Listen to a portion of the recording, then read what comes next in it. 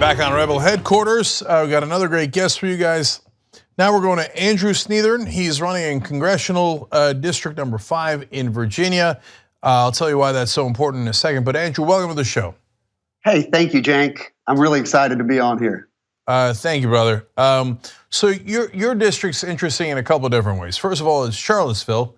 Has that been in the news in the Trump administration at all? Yeah, there was a little thing that happened here in Charlottesville in August of last year. I was actually down there, and we had Nazis marching in our streets. And frankly, it still bothers me to even think about it or talk about it today. Yeah, and currently you've got a Republican incumbent there, Tom Garrett. Yes. So I literally don't know what his reaction to that was. Was he at least a decent human being about it, or was he equivocal like the president? He was very much like the president. He had actually met with Jason Kessler in his office at the Cannon office building, and there are photographs of that. And what bothered me most about that was that it would have been really easy for him to come out and say something like, Nazis are bad and they shouldn't be marching in our streets, and I completely disavow any relationship or anything with Jason Kessler, but that's not what he did. Yeah, that is disheartening. So now this is a district that's gone back and forth a little bit between Democrats and Republicans, and there's a recent change there too. But before I get to that, you were a prosecutor, but you were also a civil rights attorney. So it's particularly relevant in that context. So did the police, the authorities, et cetera, act right in that case, having been on a couple of different sides of that issue? What was your take on that? Tim Hafey, a friend of mine, a tremendous attorney here in town, did a lengthy study on the reaction and the police, and so I'll leave it to them to make that decision. I really, my experience was frankly pretty traumatic and surprising. The level of guns that were there, the distance between the local citizenry and the people that were there to march, neo-Nazis and white supremacists. And I just couldn't believe both the amount of guns that I saw them carrying and the slight distance between the two parties. That's what really surprised me. Yeah, there was a guy who fired at the counter protesters. That didn't become a big story, but it was amazing. Crazy that was allowed to happen.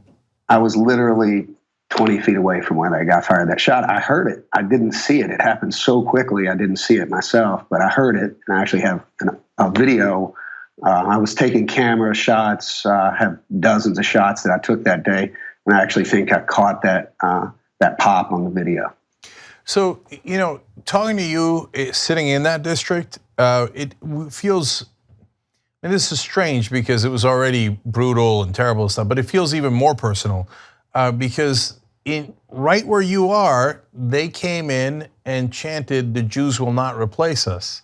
In one of the cases, not only was, of course, the woman was run over and killed, and that's obviously everybody knows that. Yeah, of course.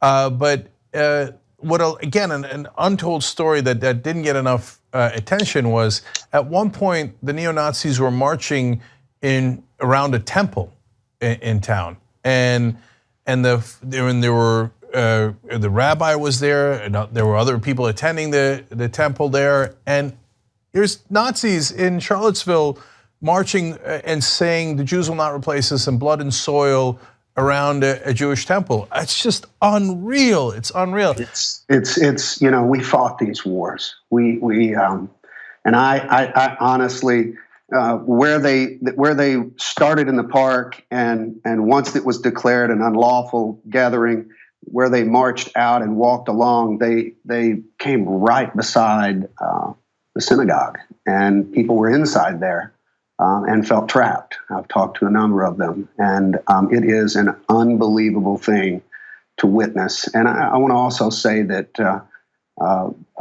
when Trump said that there were good people on both sides, he is absolutely wrong. And the people that I was there with, the clergy in particular, stood up in a way that made me very proud, and there weren't good people on both sides.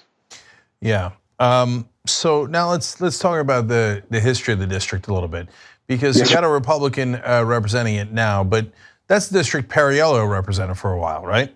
Absolutely. Tom Perriello won this district in 2008, and then of course it was he then had a very bold, I think, vote on the ACA. And I think that probably when he made that vote, knew that it was going to be very difficult for him to win this district back. But he made that boldly because he knew it was the right thing for the people of the district. Yeah, and so it was courageous, and that's why back then I supported Perriello, and I think that he was he campaigned in a bold way, a progressive way. We thought that campaigning in a progressive way could lead to victory, even at the time it was a fairly conservative district. Now times have changed. The guy before Perriello was a totally different monster who hated Muslims and thought we shouldn't allow mosques in the country, etc. But back then that seemed outrageous. Now the president has similar feelings, right? They certainly give cover to people to come out from under their rocks. That's for sure. Yeah. So given the wild swings in this district, where is it today? You know, it is still, this district is massively gerrymandered, as you know. I've actually spent some time on One Virginia 2021's board, a bipartisan board trying to end political gerrymandering, and actually largely because of Linda Perriello. So I'm not delusional, but this district is larger than the state of New Jersey. You can hardly drive from east to west in the Commonwealth of Virginia without going through the 5th District. And so because of that, it's primarily rural. Charlottesville and Albemarle being the exception, Danville City being an exception, but it is primarily rural. Okay, and so, but it just got changed to a lean Republican, which means that it's getting more and more blue, closer to the Democrats. And in a wave year, lean Republican, well, that's a world of trouble for the Republicans. It looks like they're going to lose a lot of those seats. I surely hope so, and I hope they lose this one. Yeah. So do you have folks in the primary, in the Democratic primary? Well, we're having a caucus convention process rather than a primary. We're the only congressional district in Virginia that's still doing it that way. And we had up until last week 3 other folks, and now it's down to 2 other folks. So yes. Okay, and so what's your case for why you should go into the general election? Well, I think that the Democratic Party has done a fairly abysmal job over the last couple of decades of speaking to people in rural America, talking about our progressive values and making the case to people in rural America why it is that our progressive values are the values that will transform their communities. And I come from that. My family farms, 5th generation farmer, although I had to leave and couldn't be sustained on that farm anymore. My mother still owns and farms the land that I grew up farming, and she owns it. And I think meeting people where they are is critical. And we need to send candidates to places where we can take votes away from people like Tom Garrett, where he doesn't think he has to defend himself. And I guarantee you I can do that. All right, I like that strength. Okay, time for everybody to get the links here. And I also like your website, onetermtom.com, that refers to your opponent. And I like anything that's that aggressive. So, and it's easy to remember, onetermtom.com. And obviously those are the links right there to donate and for volunteers as well. But all those links will be down below if you're watching on YouTube or Facebook. Just click on them. Andrew Sneathern, really important battle in that district. Thank you for joining us. We appreciate it. Thank you, Cenk. I really appreciated it. Thank you. All right.